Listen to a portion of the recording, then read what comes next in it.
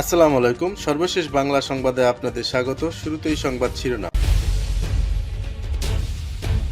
BNP কর্মী হত্যা মামলায় কাজী জাফরুল্লাহর জামিন মঞ্জুর। ছাত্র শিবিরের প্রতিবাদ। ইসলামী ছাত্র শিবিরের বিরুদ্ধে মিথ্যা, ভিত্তিহীন ও উদ্দেশ্য প্রণোদিত অভিযোগ তোলার ঘটনায় নিন্দা ও প্রতিবাদ জানিয়েছে সংগঠনটি। বন্ধুরাষ্ট্র জনগণের হত্যাকারীকে আশ্রয় দিতে পারে না, দুদু। দেশে এখনো নির্বাচনের পরিবেশ সৃষ্টি হয়নি, অধ্যক্ষ ইউনূস। বিএনপি কর্মী হত্যা মামলায় কাজী জাফরুল্লাহর জামিন মঞ্জুর।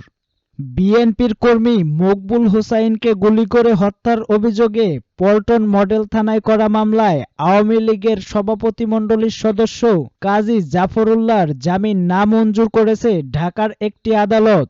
মঙ্গলবার ঢাকা মহানগর দায়রা জজ মোহাম্মদ জাকির হোসাইন আদালতে শুনানি শেষে এ আদেশ দেন। এদিন কাজী জাফরুল্লাহর পক্ষে তার আইনজীবী জামিন চেয়ে শুনানি করেন।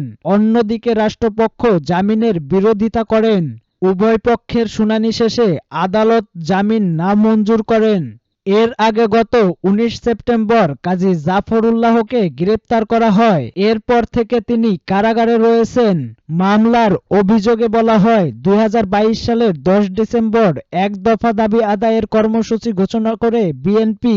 এর আগে ৭ ডিসেম্বর ডিবি পুলিশের হারুন আর রশিদ, মেহেদী হাসান ও বিপ্লব কুমার বিএনপির নয়াপল্টন কার্যালয়ে অভিযান চালায়, কার্যালয়ে ভাঙচুর চালায়, কার্যালয়ের পাশে থাকা হাজার হাজার নেতাকর্মীর উপর হামলা চালায়। এতে মকবুল হোসাইন নামে এক কর্মী গুলিবিদ্ধ হয়ে মারা যান। এ ঘটনায় গত ৩০ সেপ্টেম্বর মাহফুজুর রহমান বাদী হয়ে শেখ হাসিনা সহ ২৫৬ জনের বিরুদ্ধে মামলা করেন। ছাত্র শিবিরের প্রতিবাদ। ইসলামী ছাত্র শিবিরের বিরুদ্ধে মিথ্যা, ভিত্তিহীন ও উদ্দেশ্য প্রণোদিত অভিযোগ তোলার ঘটনায় নিন্দা ও প্রতিবাদ জানিয়েছে সংগঠনটি। মঙ্গলবার ছাত্র শিবিরের কেন্দ্রীয় সভাপতি জাহিদুল ইসলাম ও সেক্রেটারি জেনারেল নুরুল ইসলাম সাদ্দাম এক যৌথ বিবৃতিতে এই প্রতিবাদ জানান। নেতৃত্ববৃন্দরা বলেছেন, ছাত্র শিবির সবসময় নৈরাজ্যমুক্ত ক্যাম্পাস ও শিক্ষার সুষ্ঠু পরিবেশ নিশ্চিত করতে দৃঢ় প্রতিজ্ঞা এবং যে কোনো মূল্যে তা বজায় রাখতে অঙ্গীকারবদ্ধ। কিন্তু কিছু কুচক্রী মহল শিক্ষার সুষ্ঠু পরিবেশকে ব্যাহত করে রাজনৈতিক ফায়দা হাসিল করতে চায়। ছাত্র শিবিরের বরাবরের মতো সবসময় সংগঠনমূলক কর্মসূচির মাধ্যমে সাধারণ শিক্ষার্থীদের মন জয় করায় তা এক শ্রেণীর মানুষের কাছে অস্বস্তিকর প্রতীয়মান হচ্ছে। ছাত্র শিবির বরাবরের মতো সবসময় গঠনমূলক কর্মসূচির মাধ্যমে সাধারণ শিক্ষার্থীদের মন জয় করায় তা এক শ্রেণীর মানুষের কাছে প্রতীয়মান হচ্ছে। তারা ছাত্র শিবিরকে ঘায়েলের উদ্দেশ্যে নানা অপপ্রচারের আশ্রয় নিয়ে ছাত্র শিবিরের ইমেজ ক্ষুণ্ণ করার চেষ্টা চালাচ্ছে। নেতৃত্ববৃন্দ বলেন, আমরা অত্যন্ত বিস্ময়ের সঙ্গে লক্ষ্য করছি যে গত ৫ জানুয়ারি সিলেটে শাহজালাল বিজ্ঞান ও প্রযুক্তি বিশ্ববিদ্যালয়ের ছাত্রদলের এক কর্মী শেখ ফাক্কাবির বিশ্ববিদ্যালয় শাহপরান হলের ৪৩৬ নম্বর কক্ষে প্রবেশ করে নিজ বিভাগের কয়েকজনকে ছুরিকাঘাত করার চেষ্টা করে।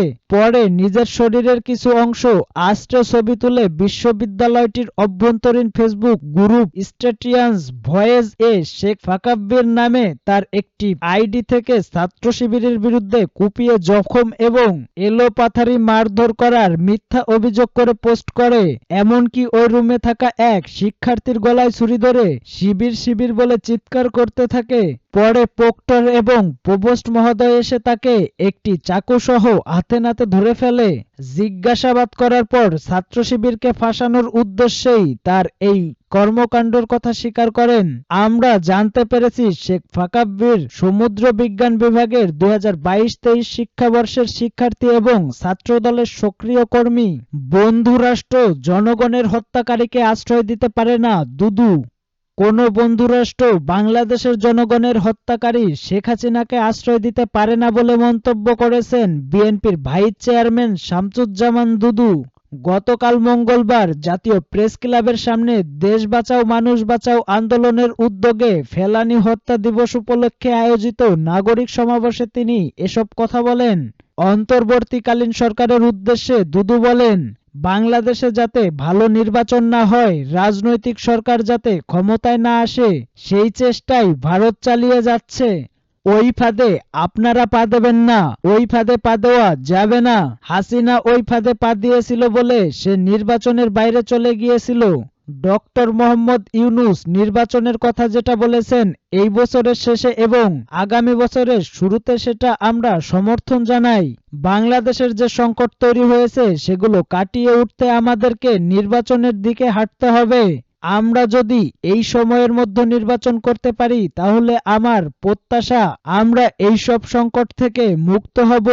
তাই এখন সরকারের উচিত অনতিবিলম্বে নির্বাচনের ব্যবস্থা করা।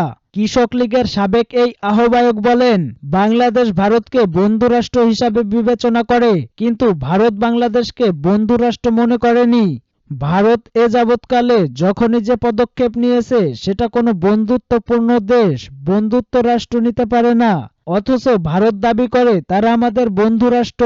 1971 সালে পাকিস্তানিরা যে অস্ত্রগুলো ফেলে গিয়েছিল সেগুলো ভারতের সেনাবাহিনী লুটপাট করে নিয়ে গেছে। দেশের সম্পদ নানানভাবে লুটপাট করে নিয়ে গেছে। তিনি বলেন, দক্ষিণ পূর্ব এশিয়ার অন্যতম নেতা বাংলাদেশের স্বাধীনতার ঘোষক শহীদ প্রেসিডেন্ট জিয়াউর রহমান বাংলাদেশকে উন্নত করার লক্ষ্যে ভুটান, নেপাল ও আফগানিস্তানের সঙ্গে বন্ধুত্বপূর্ণ সম্পর্ক স্থাপন করেন এবং সার্ক গঠন করেন। কিন্তু ভারতের অসহযোগিতার কারণে সার্ক এখন বিলুপ্তর পথে। ছাত্রদলের এই সাবেক সভাপতি বলেন, গত 5 মাস আগে ছাত্র জনতার অভ্যুত্থানে যে হত্যাকাণ্ড চালিয়েছে সেই হত্যাকারী স্বৈরশাসক শেখ হাসিনাকে আশ্রয় দিয়েছে আরেকটি হত্যাকারী দেশ, যে ফেলানীকে হত্যা করেছে, সীমান্তে বাংলাদেশিদের হত্যা করেছে। দেশে এখনো নির্বাচনের পরিবেশ সৃষ্টি হয়নি। অধ্যক্ষ ইউনূস ফ্যাসিবাদী শাসন ব্যবস্থার অবসানের লক্ষ্যে দেশে এখনো নির্বাচনের পরিবেশ সৃষ্টি হয়নি বলে জানিয়েছেন ইসলামী আন্দোলন বাংলাদেশের মহাসচিব অধ্যক্ষ হাফেজ মাওলানা ইউনূস আহমদ। মঙ্গলবার বিকালে পুরান পল্টনস্থ দলীয় কার্যালয়ে ইসলামী আন্দোলন বাংলাদেশের কেন্দ্রীয় নির্বাহী কমিটির সাপ্তাহিক সভায় সভাপতির বক্তব্যে তিনি এসব কথা বলেন। এ সময় মাওলানা ইউনূস আহমদ বলেন, 7 জানুয়ারি বাংলাদেশের ইতিহাসের একটি কলঙ্কিত দিন ছিল। গত বছরের এই দিনে আওয়ামী ফ্যাসিবাদীরা রাষ্ট্রযন্ত্র ব্যবহার করে ভোটবিহীন প্রহসনের একটি ডামি নির্বাচন দেখিয়ে 5 বছরের জন্য ক্ষমতায় দখল করতে চেয়েছিল। এ সময় মাওলানা ইউনূস আহমদ বলেন, 7 জানুয়ারি বাংলাদেশের ইতিহাসে একটি কলঙ্কিত দিন। গত বছরের এই দিনে আওয়ামী ফ্যাসিবাদীরা রাষ্ট্রযন্ত্র ব্যবহার করে ভোটবিহীন প্রহসনের একটি ডামি নির্বাচন দেখিয়ে 5 বছরের জন্য রাষ্ট্র ক্ষমতা দখল করেছিল। গত বছরের এই দিনে তারা জনগণের ভোটাধিকার হাইজ্যাক করে মৌলিক ও মানবাধিকার কেড়ে নিয়েছিল।